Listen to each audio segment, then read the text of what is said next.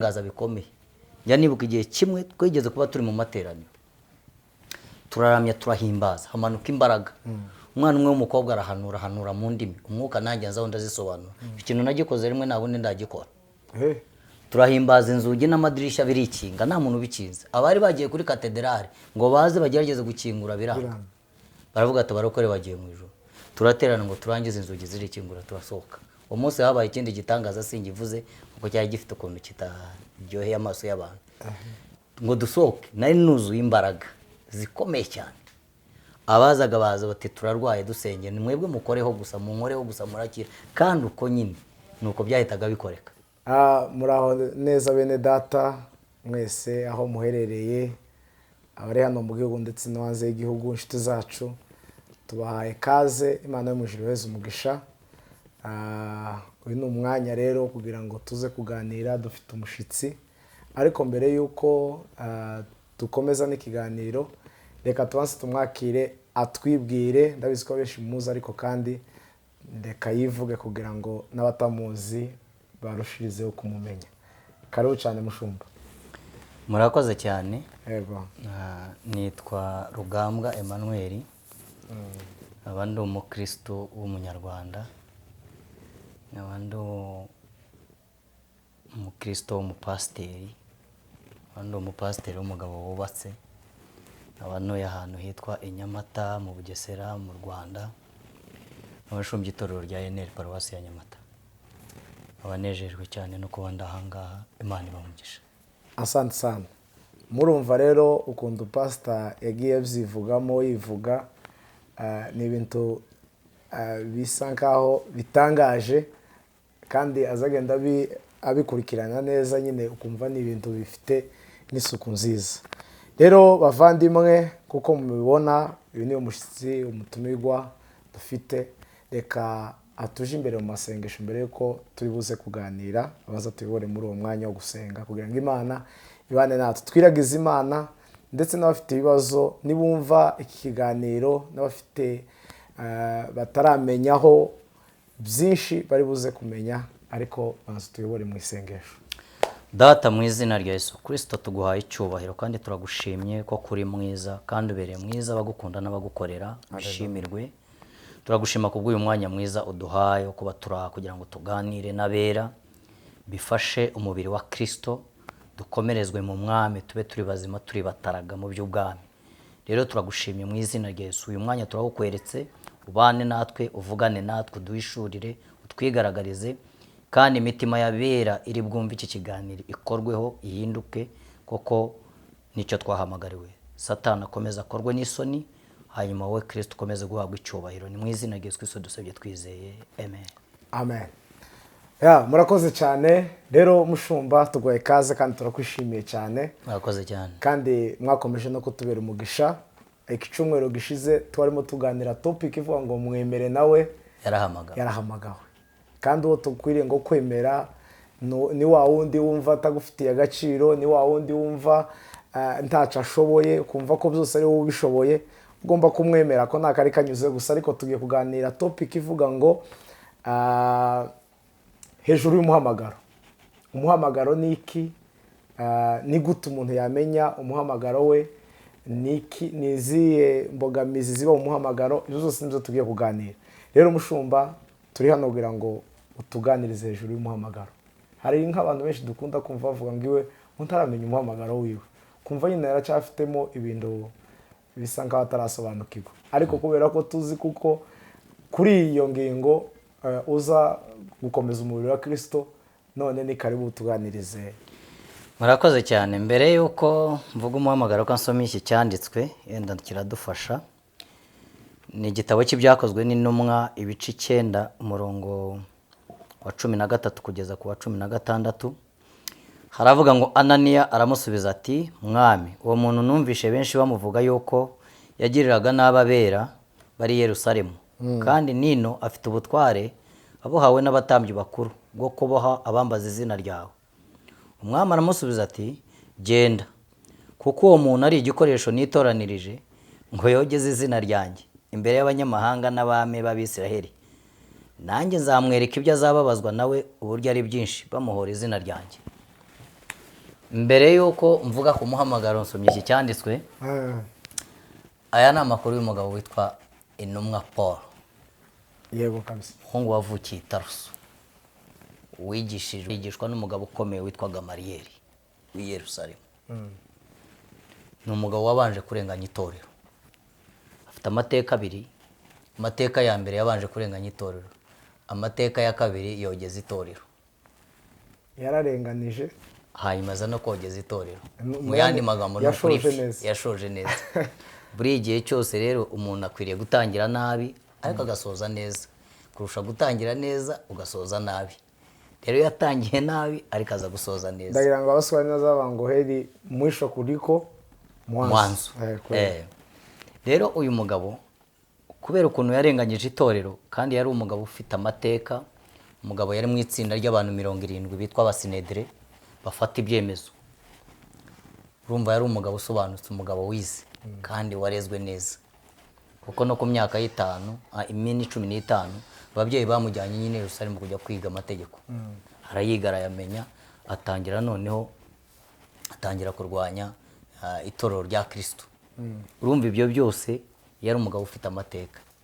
Ariko aha dusomye Imana rero yari imaze kumufata, ariko irabanza ica kuri Ananiya.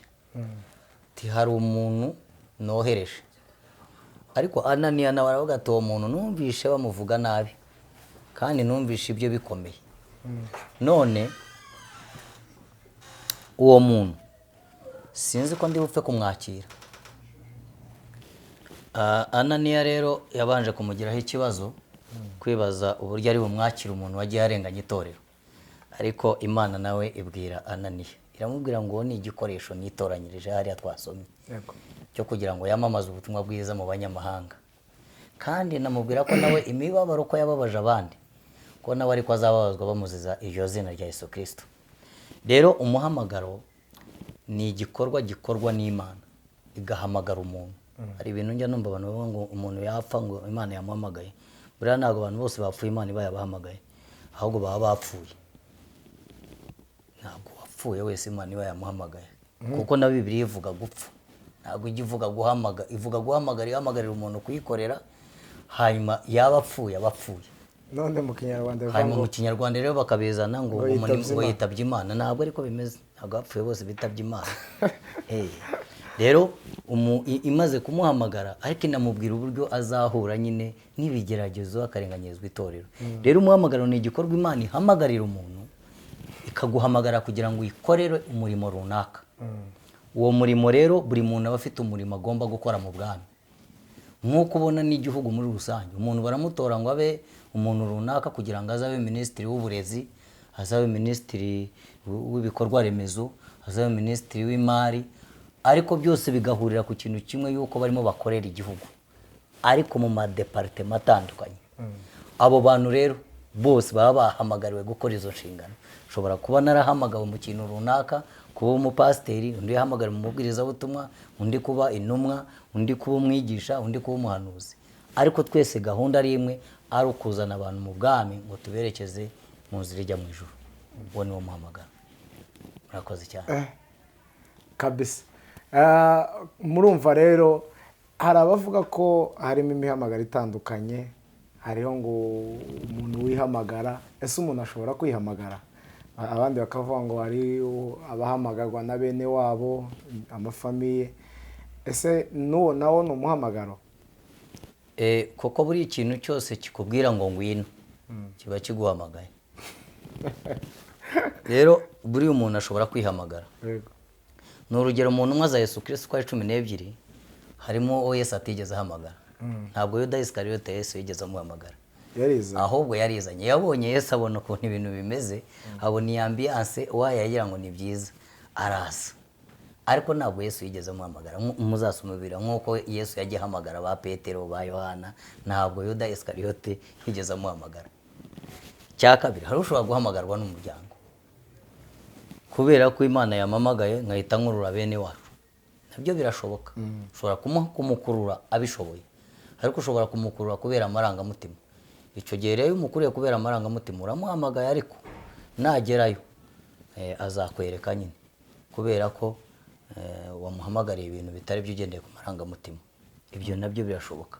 Cyangwa umuntu akaza kubera muri iki gihe cya none kubera ko umuntu afite ubushobozi bagahita bumva nyine ko bagomba kumuzana mu murimo, ariko abafite ubushobozi bwose siko bisobanuye ko bahamagawe. Murumva ko hariho bamwe bihamagaye abandi bahamagawe na bene wabo bahamagawe nka ba Yuda, kuko biri ijambo ry'Imana riza rivuga ngo kuko hariho bamwe baseseye muri mwe guhishwa kandi ngo bagenewe kera gucirwaho iteka. Abo ni ba Yuda, ariko abo ntitubatindaho, turatinda ku muhamagaro w'Imana. Mushumba, wahamagawe n'Imana kandi uri intumwa twemera y'Imana, wahamagawe ryari, niki wumvise ijwi cyangwa byagenze gute? Nibyo twashaka utubwire ku muhamagaro w'uburyo Imana yaguhamagaye. Ni birebire ariko ndavuga mu ncamake. Njyewe nahamagawe muri 2002 koko hari uguhamagarwa hari no kwitaba. Kuko umuntu ashobora kuguhamagara ni witabe ariko yaguhamagaye. Hari n'umuntu ni nkuko nshobora kuryama nijoro umuntu akampamagara noneho sinitabe, bugacya mu gitondo nkabona missed call nkabona kwitaba, hagati aho ngaho sinigeze nitaba kandi nahamagawe. Rero nanjye narahamagawe ariko sinihuta nitaba muri 2000. Icyatumye nihuta nitaba nanjye nari mfite izindi nyigisho zamfashe. Kuko nari mfite inyigisho za filozofi filozofi Dermiriye cyangwa baba filozofi bitwa ba Socrate na ba Xenophon zari zaramfashe. Nanjye nemeraga Imana imwe ariko ibya Yesu n'umwuka ibyo sinabyemeraga. Naho nanjye nari narafatiwe kandi nanjye nari narageze abigishwa, kuko nanjye nari naragiriwe ubuntu kuri icyo gihe bwo kugira influence ku buryo mbashije kwigisha atareka kumva. Mwumvisha neza kuko ubwo buntu nari mbufitiwe bugendanye n'ibyo. Hanyuma ngo bigere muri 2002 kubera ko nari umuntu nyine utumva ibintu by'Imana cyane. Kandi hari ukuntu nari mfite kuntu mbayeho muri societe no ku ishuri, kuko narigaga mfitemo akantu kameze nka favor cyangwa se igikundiro ku buryo negereye kubwira yabyumvaga cyane. Kuba nari mfite n'umugisha yuko no mu ishuri ntabwo nari umuntu uri aho gutyo. N'andi magambo ntabwo wari umuswa, wari umuhanga. Sinari noroshye. Hanyuma ibyo bikagenda bimfasha. Ariko ngo bigere muri 2002, ariko mbere y'ibyo hari aho nageze numva ashatse kwitaba, ariko muzehe yarambuza papa wanjye. Kubera iki yambujije? Hari ikibazo kubabonaga abantu bose bakijijwe basa nkaho ubuzima bwo gukunda ishuri babureka. Muzehe yarambuza anshyiraho kondisiyo aramwe ngo kugira ngo nzajye muri ibyo bintu by'abarokore birasaba yuko mbanza kuzatsinda tronkome. Ikintu yaransabye rero, impamvu yarakinsabye gikomeye nuko mu gace twari turimo abantu bari barageze kuri iyo ngingo hari hafi ya nabo. None akumva icyo kintu nyine ari ikintu gikomeye. Nanjye rero akimayemo nk'isezerano ndayikora tronkome ndayitsinda kandi neza. Ngira amahirwe banyohereza mu bapadiri, ikigo cy'abapadiri, ngo ngereyo muri 2002. Aho niho nafatiwe. Najyaga mu ishuri nkumva simfite amahoro yo mu mutima. Bakiga ariko nkumva gisiniga. Igitondo kimwe saa 4 z'amanywa nicaye kuri stati numva ko umuntu amamagara. Ijwi nkuko naguhamagara gutya. Rugambwa nkahindukira ngabura umuntu. Rugambwa nkahindukira ngabura umuntu. Intro eshatu zose. Ubwa nyuma nditaba. Uwo muntu arambwira ngo ndashaka kuhaguruka ukankorera. Ku ijambo rigufi ni ukuvuga ngo iyo uje kuba ufite ngahere aho ngaho wari kugenda kuja kureba ere nka Samuel. Nanjye aho ngaho iyo nza kugira amahirwe yo kumubona nari kujya kureba ere nkamubaza ariko ibintu numva ni ibiki, zaba ari nyiramubande byaba ari ibiki, cyangwa warumpamagaye ariko nawe nabonye kuko urumva nari ku kigo cy'ishuri. Noneho ndemera nditaba, arambwira ngo ndashaka kuhaguruka ukankorera. Hari kuwa kabiri cyambyibuka saa 4 z'amanywa muri recreation.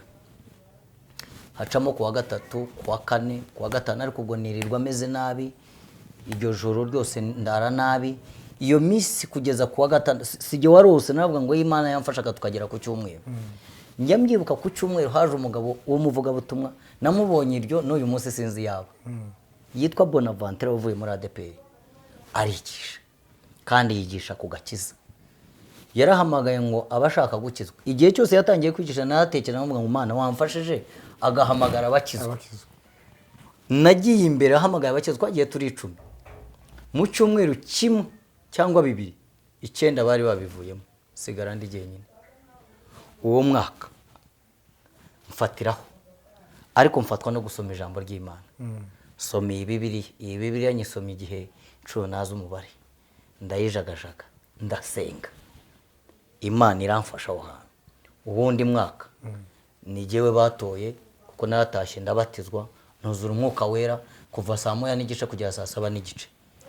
Nuzura umwuka wera mvuga muri ruga gusa, mfatirwaho. Nyuma y'icyo gihe uwundi mwaka ni jye wayoboye abarokore bapasiteri mu kigo. Imana isukaho ubuntu bwinshi, ikora ibitangaza bikomeye. Njya nibuka igihe kimwe twigeze kuba turi mu materaniro, turaramya turahimbaza, hamanuka imbaraga. Umwana umwe w'umukobwa arahanura mu ndimi, umwuka nanjye nzaho ndazisobanura. Ikintu nagikoze rimwe nabundi ndagikora. Turahimbaza, inzugi n'amadirishya birikinga, nta muntu ubikinze. Abari bagiye kuri katedrali ngo baze bagerageze gukingura biranga. Baravuga ati abarokore bagiye mu ijuru. Turaterana ngo turangize, inzugi zirikingura, turasohoka. Uwo munsi habaye ikindi gitangaza singivuze kuko cyari gifite ukuntu kitaryoheye amaso y'abantu. Ngo dusohoke, nari nuzuye imbaraga zikomeye cyane. Abazaga baza bati turarwaye dusenge, ni mwebwe mukoreho gusa, munkoreho gusa murakira. Kandi uko nyine nuko byahitaga bikoreka. Imana ifata ubwo nangira kuyikorera kugera ku rwego nabwirije ikigo cyose. Abana bareka kujya kuri katedrali, bagera ku rwego banyandikira ramvuye, ubuyobozi bw'ikigo bwanga kuyisinya. Habimagarara nyinshi, ijambo ry'Imana rigira ubutware nka kurya ryarigeze muri Efeso. Amen. Naho nafatiwe nkomereza aho ngaho. N'uyu munsi rero yenda mu ncamake ni byinshi, ariko icyo nababwira, Imana yiguhamagaye, Imana ugomba kuyitaho, izagushobora, izaguhamagara kandi uzayitaho. Ikindi mu muhamagaro, nk'uko yabwiye Sawuli, ati uwo nguwo ni igikoresho nitoranyije, ariko nawe azumvaho ku mibabaro. Mu muhamagaro rero iyo mibabaro n'ibibazo byinshi bibamo. Urakoze cyane. Urakoze. Subira inyuma gatoya, sinzi nimba numvise neza, hari ahantu wavuze ngo umuvugabutumwa amaze kubabwiriza ahamagara, mwatambutse muri 10 usigara wenyine. Twarakijwe turi 10 mu byumweru 2 9 bari babivuyemo bisubiriye mu byabo, sigara ndi jyenyine. Nahise nibuka bababembe bakiza ari 10 hakaza hagaruka umwe. N'uyu munsi hari benshi Imana igenda ikiza akagaruka umwe, abandi bakazimira bagasubira iyo bahoze. Bene data, ndagira ngo muri kwiyumvira, kandi ndatekereza ko hari umuntu uri buze kunguka, hari n'umwanzuro ari buze gufata. Mu muhamagaro habamo intambara, ariko se nk'abantu bafite umuhamagaro w'Imana w'ukuri bahura n'izo ntambara, wababwira iki? Icyo nababwira cyo ni kimwe.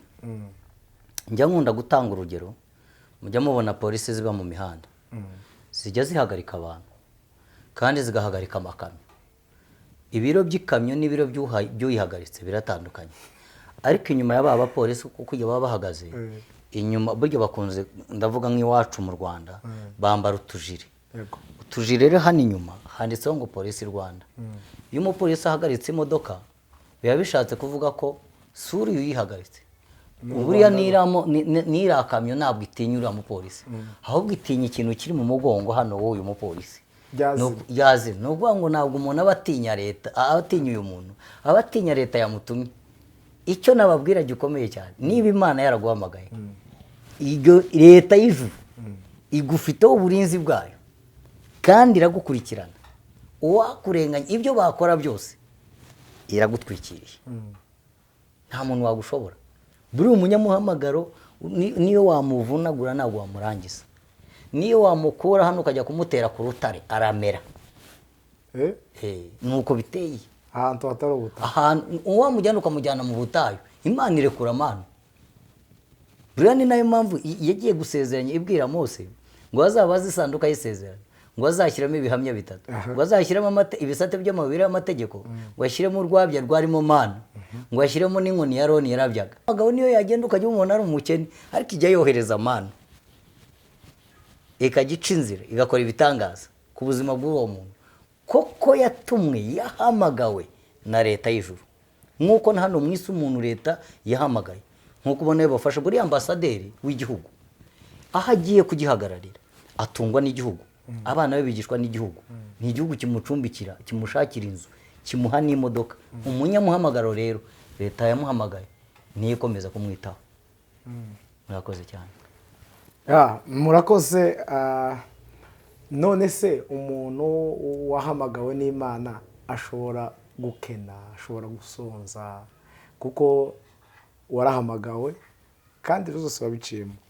Kunda kumva unavuga amoko y'inzara.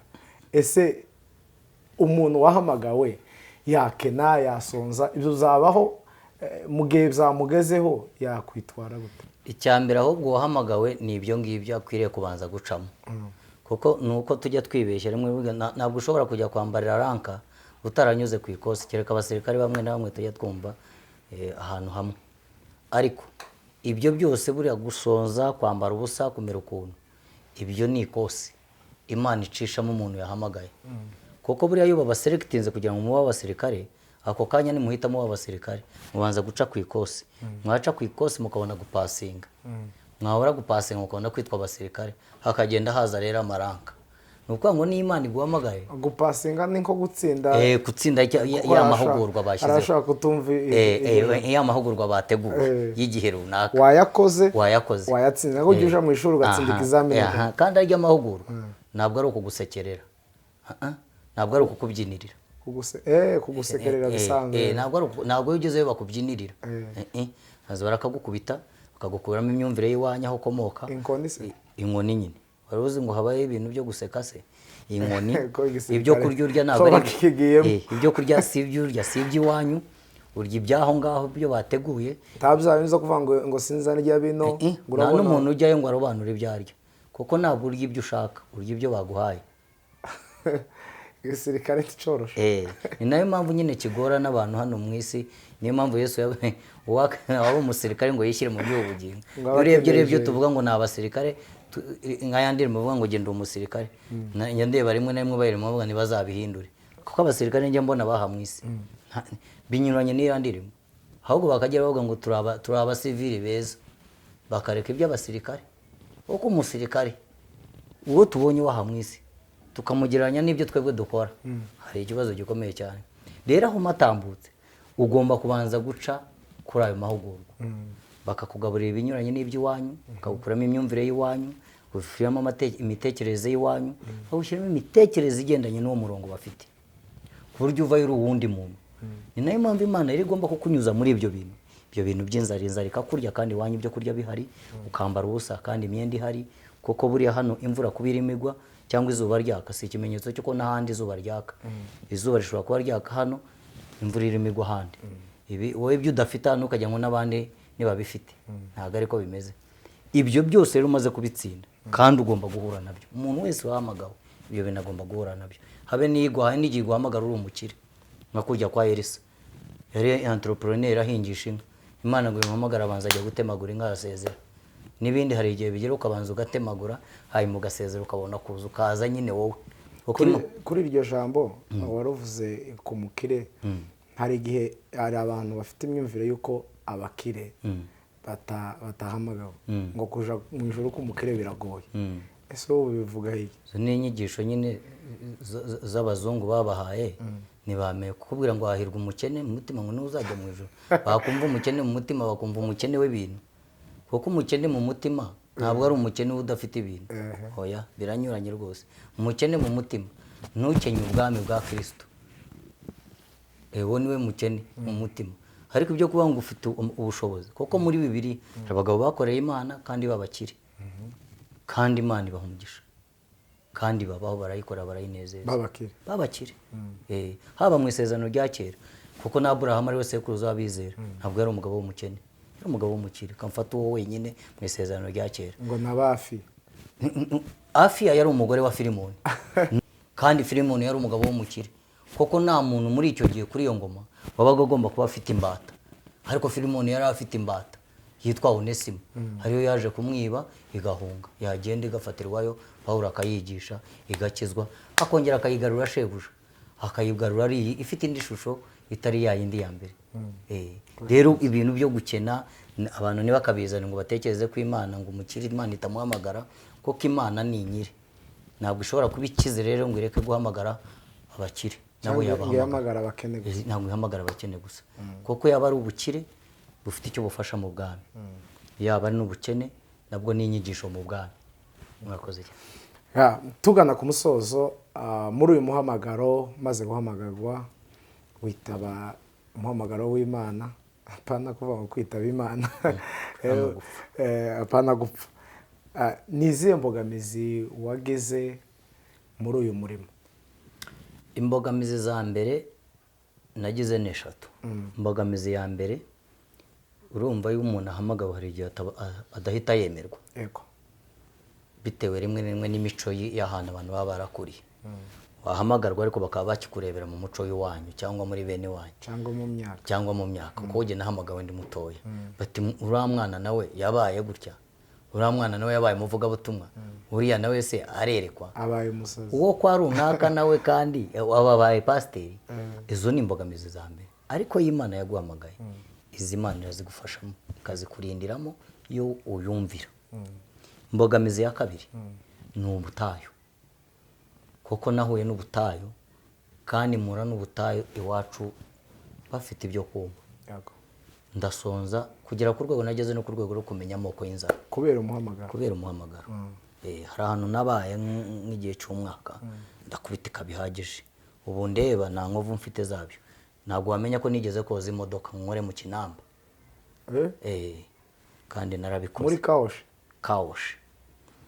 Ibyo byose mu yandi magambo mu ncamake. Kandi none igihe cyanyu ubu nyine haje ibintu z'amamashini, ariko igihe cyanyu ni ngaho nta mashini. Nta mashini zari zihari.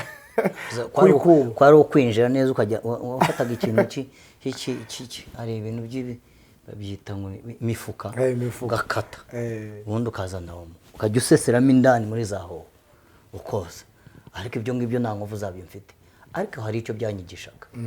Icyo nakuriyemo isomo. Inzara yarandiye ku kigero cyo hejuru, umenya amoko y'inzara, cyane cyane yabaye mu Rwanda, y'ahandi sinya ni menshi, ariko yo nakubwiramo. Buriya mu Rwanda hari yabaye yitwa Ruzagayura, iyo ni ubwoko bw'inzara. Hari Gakwege, iyo ni ubwoko bw'inzara. Hari Rudakangwa n'imishanana, iyo ni ubwoko bw'inzara. Hari iyo bita Rwakayihura, ni ubwoko bw'inzara. Hari n'iherutse vuba muri za Bibiliya bitaga ngo warwaye ryari.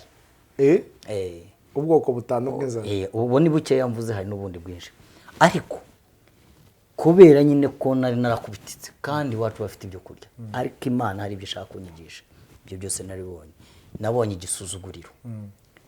Nababwira ngo mfite masters ku gisuzuguriro, ariko byaranyigisha bituma nta muntu njya asuzugura mu bwami bw'Imana. Umuntu wese mbona, nabonye umuntu ukomera ajya hasi, nabonye umuntu wo hasi ajya hejuru, nabonye uwo bitaga ko hambaye acishwa bugufi, nabonye uwo bitaga ko yoroheza azamo. Byamaye isomo rikomeye. Ni nayo mpamvu nta muntu ngomba gusuzugura urwego rwose yaba arimo, yaba akennye, yaba atarize, yaba ameze gute, ariko Imana yamuhamagaye, umuntu ndamwubaha.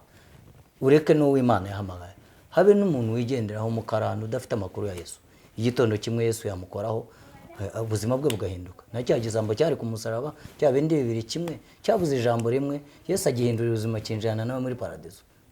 Niyo mpamvu ngomba kububaha cyane. Murakoze cyane. Murakoze cyane. Tugana ku musozo, turagushimiye cyane mushumba. Murakoze cyane. Kandi murumva rero hari n'amoko y'inzara, kandi urumva umuhamagaro nta kintu yarabuze, yari afite ibintu zose, ariko hari igihe uca mu mibabaro kubera umuhamagaro. Niki wabwira abantu bakomeza muri runo rugendo tugana ku musozo? Ikintu nababwira gikomeye cyo ni kimwe, nibakomerere mu mwami. Yego. Uko Imana yaguhamagaye ugifiteho umugambi, igitondo kimwe izakugirira neza. Bibiliya ivuga ngo hari kurira kwarira umuntu nijoro, ariko bwacyo mu gitondo impundu zikavuga. Tubonye abantu hano benshi bakomeye Imana yagiriye neza, hari kibakura hasi, ariko bakomerere mu mwami, bahagarare mu ijambo, be gutwarwa n'imyuka y'ubuyobe cyangwa se imyuka yo kwigana cyangwa imyuka kandi simbwira nabo bameze nabi n'abameze neza bumva ko Imana yabazamuye bakwiriye gukomerera mu ijambo kuko batabikoze gutya bakishyira hejuru sibo baba ari igitangaza Imana kubamanura. Habe ni Babuloni, Nebukadinezari niwe mugabo mu mateka y'isi wahindutse itungo ararisha, kandi nibatanga itangazo yuko yakuvuye ku bwami ubwami burakomeza aragenda ararisha. Urwego rwose wageraho, rwaba urwo hasi Imana yakuzamura, rwaba urwo hejuru Imana yakumanura. Icyo nababwira, mwihanganire muhamagaro kandi mujye mwubaha abanyamuhamagaro. Imana ibamugisha. Amen. Murakoze cyane, turabashimiye bene data twabanye, kandi tunashimira n'umushumba wakoze cyane kutwitaba. Imana yamujirweze umugisha. Murakoze cyane. Murakoze cyane, tunashimira na cameraman wacu wakoze cyane kubana natwe.